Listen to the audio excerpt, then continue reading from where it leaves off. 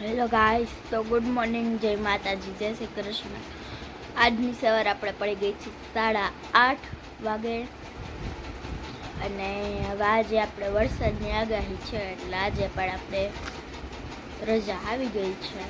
તો ચાલો હવે આપણે ફટાફટ અત્યારે આપણે કોન ખાઈ લીધો છે તો આપણે ફટાફટ કામ કરી નાખીએ.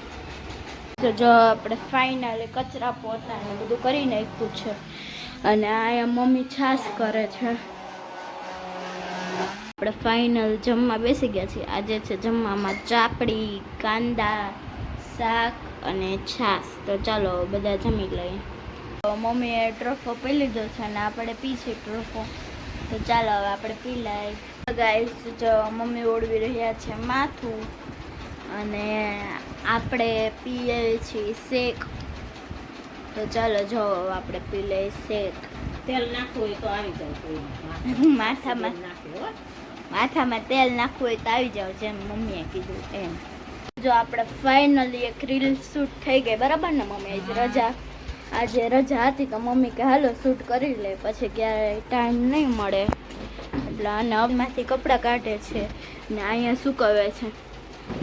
વરસાદનું કઈ સુકાય તો કેટલા છે બેટા? આમ તો જોવા દેખાય તમારા આટલા નીકળે. ઓહો, કેટલા છે કમેન્ટ કરી દેજો જરા. આટલા બધા કપડાં હોય કોઈને?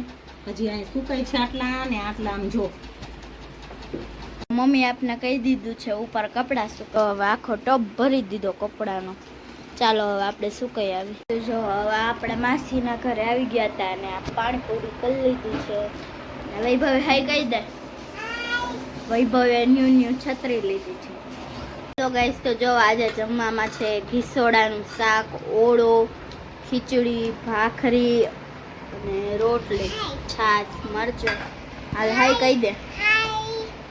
ગાઈસ, તો જો આપણે હવે ફાઇનલ ઘરે આવી ખજૂર અને ઘી ખાવા માટે બેસી ગયા છીએ. ચાલો હવે ખાઈ લઈએ.